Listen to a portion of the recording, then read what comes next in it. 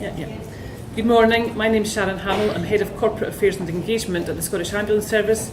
And this is my colleague Mark Bargon, who heads up the digital comms team.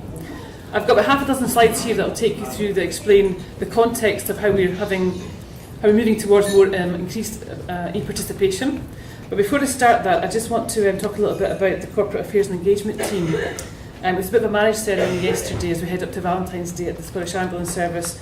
We've merged together the Corporate Affairs team and the Communications and Engagement team. We had for quite some time been working more and more closely together. So the Communications and Engagement team led on the PFPI activity. We also owned and managed and developed communications channels for the service, including digital media, and Mark will talk a bit more about that later. Corporate Affairs obviously managing the 4 Cs, complaints, comments, concerns and compliments. And again, we were starting to spend a lot more time with these guys looking at what feedback we were getting to a PFPI activity and what the 4 Cs were telling us. So, as I say, it was formally agreed yesterday. We are married, and as we lead up to Valentine's Day, I'm hand on heart think it's going to be a marriage that's set to last. That's the last pun. So, in terms of feedback and input from patients, the public, community groups, carers and so on, we're probably like every other board in most ways. So, we've spent a lot of time developing our PFPI capability and capacity, and we use that to inform strategic direction, and that could be patient reps or our strategy boards. We've got public meetings, we managed to get along to community group meetings, we have a community resilience team that's out and about across the divisions, we have divisional PFPI leads, and as a national operating board we don't have PPFs, but we do have a divisional involving people group in each division, and they're actively involved with local communities in each division. We get lots of letters, emails, surveys, and we drive a lot of that activity and understand what's going on with patients out there through surveys. But increasingly, our website, scottishambulance.com, our new e-portal that Mark's going to talk about, Twitter, Facebook and Patient Opinion have been giving us very useful feedback, and that has informed our strategic direction. Specifically on the 4 Cs, complaints, concerns, comments and compliments, a lot of telephone activity, people telephoning us with that, letters and emails, but again, digital media is helping us understand that. And that is being gathered together in a system that Mark's team has developed called Viewpoint. It was an internal system developed for the Corporate Affairs team, and it gives us one single view of all of these things that are coming in, and the way that the data is put together helps us interrogate it to understand the full picture, and we have one single view of that. The journey towards developing this Viewpoint tool was really through driving compliance with 5 divisions, 3 control rooms. The whole system of managing particularly complaints, we felt we could do better there, so Mark's team got involved and developed an online system which he'll show you in a minute. But basically this system, the feedback comes into us centrally, we log that, but the system then pushes it out to the divisional owner of that particular complaint or piece of feedback. That triggers action at that point from them, and then the system flags with them in terms of the countdown to 20 days that we're getting near there, and they need to make sure that we are compliant and we respond in time. The owner of that information then responds with the required information. The response is then drafted, approved, and we put it through and we close it. So the compliance has improved significantly since we put this tool in place. But I think going forward, the more important thing in the journey we're on is that we can interrogate this data because we're putting everything into Viewpoint. So the PFPI stuff, we're even putting FOIs into there now, so that we have one single view of positive and negative feedback, and we can have a look at that and see if what are the trends that are emerging. Some of it's around clinical skills, but behaviourally, a lot of our feedback is about really good behaviour, but also when we let people down, quite often it's around behaviour, not clinical skills. We know from the Better Together service, for example, partnership working a lot between boards, that doesn't always work, and that we've had information on that, and obviously response times. And as I say, we're building more things into Viewpoint, like FOIs, to really, that one single view is going to be increasingly important. And here's what we're doing with it. We do weekly reports, so top line reports, if you like, they go to the executive team meeting on a Monday. We have a monthly meeting with them to go into that in a bit more detail and talk about the trends that are emerging. Senior management team, every 2 months, there's a chunk where we go along and we talk about what Viewpoint's telling us, and we take it to divisional management teams as well. That's also feeding into the person-centred programme and patient and the staff experience, and it's important that we make sure the staff experience is harnessed in this as well, and that's linked to our staff awards that we've introduced. That feedback is helping us find staff who are demonstrating good behaviours, clinical leadership and so on. The more serious things that are coming out of that are fed into our patient safety line and improve team. We have regular meetings there. We do patient safety walkarounds, all that's pulled in. And again, we can flag things early doors and trends that we're seeing there. And as I say, back to feedback, it's not all about the less good stuff. There's some positive stuff that comes in. And it's important that we share with staff what good looks like. We do that through the staff awards scheme. There's also the ongoing strategy boards and implementation groups. We take it to there. And of course, I haven't got it on there, but the clinical governance group hears about it as well. So I think the important thing is we started with a compliance approach, if you like, but we've moved that to the shared learning is becoming increasingly important, and there are more and more groups of people internally that we can share that with. And I didn't even have coffee at break, and I'm still galloping on, so I'm going to take a deep breath. I'm going to pass to Mark.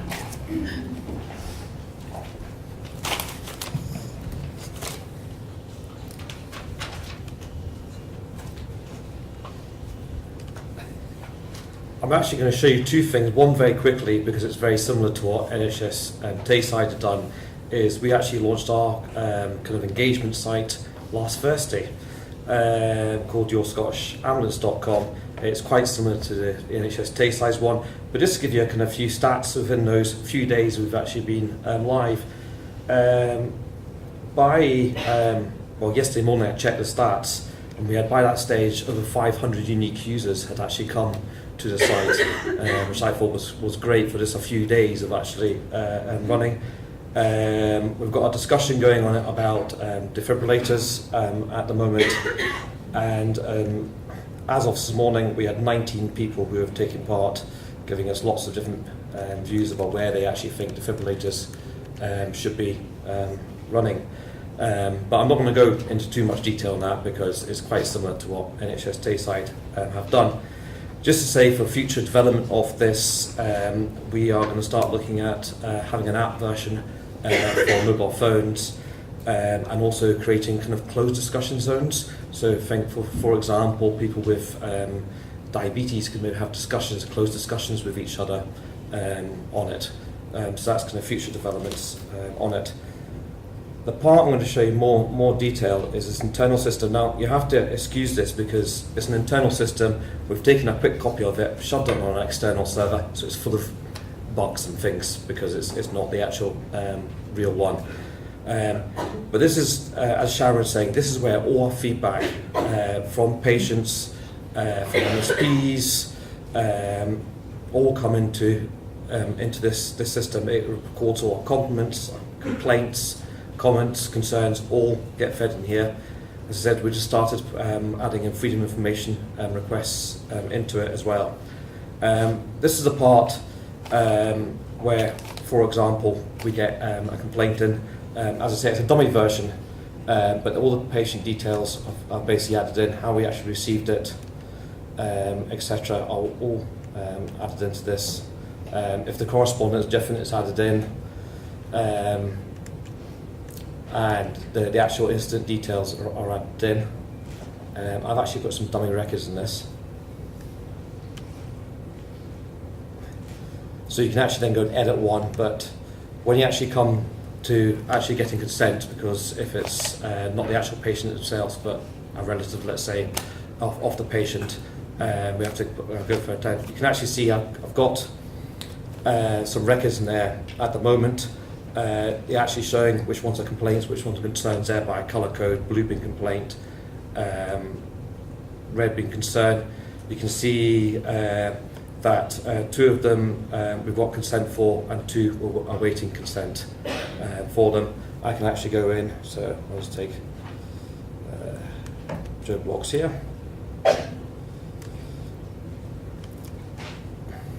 And I can either say consent required, yes,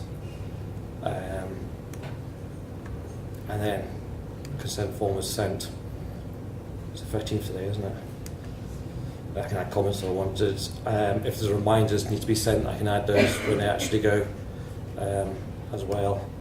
I can upload additional documentation if I needed to, and then when it comes in, I can actually say, yes, we've got consent. It's coming very quickly. And what this does is it starts off a 20-day countdown if it's a complaint for the rollout. Once the consent has come in, we can then assign the call. We call them calls for some reason, I never know why, but we call them calls. But I can actually then, that's the one I've just done there, so I can actually assign it. Is that working? This doesn't work. I told you it's a dummy system. Well, I'll give you issue type first. So put it as a complaint. And then I'm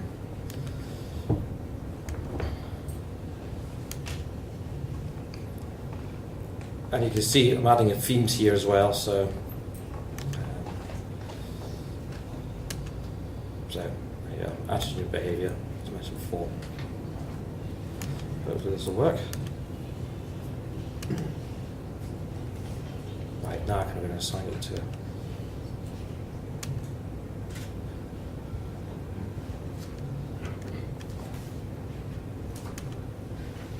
yeah, so what I can do is I can sign it, and you can see here, I can give it I can get a primary contact and then a secondary contact, just in case that person's on holiday, and maybe a third contact. That person will then receive an email from us, from the system, automatically saying that they have a case that they need to go in and investigate. They have their own stream, which looks slightly different to this. It's a different colour, and they actually only see the records which are relevant, which they've been assigned to. They can then go and investigate whatever it is.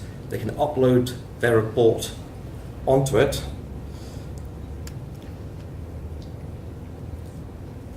And then it comes back to us. So once they've actually uploaded it onto their screen, they hit a button, our complaints team will then receive an email from the system telling them that it's actually back with them.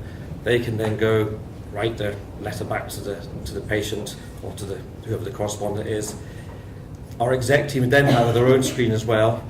So any letters are uploaded, they can then see them, they can change them, send them back. So the system's doing the whole management of the whole process, and then the letter can go out.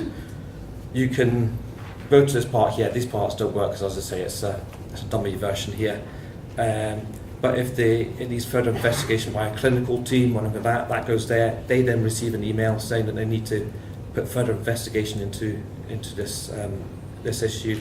You can reopen them as well. So if somebody comes back and say they don't accept our response, we can actually reopen the case and look at it again. The great thing about this is all this information is going into the system, and then we can pull out all these reports that Sharon was talking about. We can find out which issues are outstanding. So if something's past its 20 days, it's all colour-coded, so when it approaches 20 days, things start going red and things within the system. We can check that. We can do it by division, we can do it by subdivision, so we can go and say, right, okay, Glasgow, how many are outstanding in Glasgow? And then that will actually show it. It will basically give us kind of a performance thing of all the stuff that's just coming in. We can check out themes, so as I said, how many kind of issues are clinical, how many are behavioural, etc. from it. It's not just complaints or that, we do have a compliments part to it as well. And we are fairly developing it, we're continuing developing the system. It's built in-house. We can just search the records, so if somebody phones up, it won't work because I say it's a dummy version. Somebody phones up and says, what's happening to my letter I wrote to you, we can shove in either a reference code that it gives or their name, and it'll come up with all their information. So it makes it very, very quick for us to know where something is within the pipeline. And that's it.